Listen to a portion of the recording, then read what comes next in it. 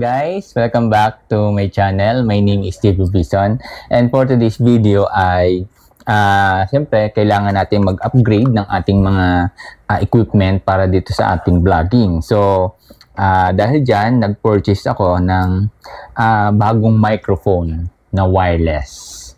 So ito ay napakaganda, lalo na kung medyo malayo tayo, hindi tulad dati na parang may wire pa na makikita kayo dito na talagang gumagano-ganon pa. So ngayon, wireless na siya. So kahit ako'y nakaupo lang dito, yan, so pakinig nyo na, hindi na tayo magkakaroon ng parang paggalaw sa screen.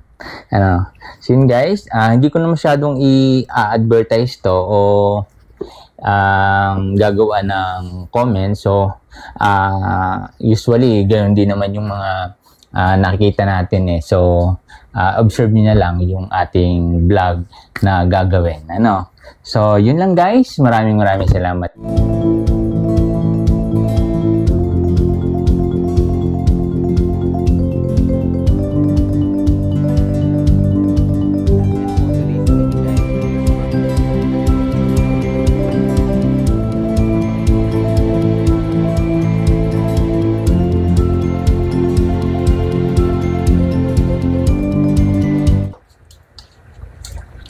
Ay, nandiyan na pala kayo. So guys, welcome back to my channel.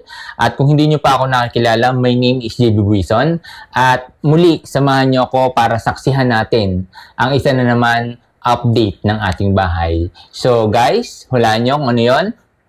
So hindi natin patatagalin. Ito ay napaka-simple pero elegante.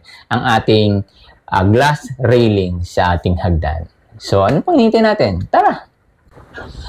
Ito guys, yung glass natin, hindi lang siya parang nasa gallery, pero ang totoo niyan ay nasa bahay lang kayo. So, ang glass kasi hindi lang siya pang aesthetic, kung hindi ito ay it reflects light. So, yon.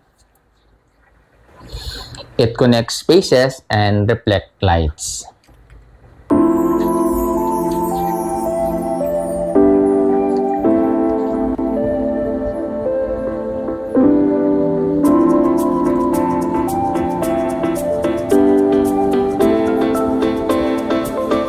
Ang salamin ay hindi humaharang, nagpapalawak.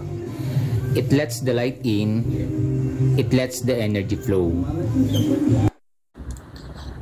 Gumamit ng tempered glass, safe at matibay. Kung frameless ang gusto mo, na parang floating look, yan, ganyang design yung ipagawa ninyo. At kapag tinatamaan ng araw or ambient light, parang nag-glow ang buong hagdan.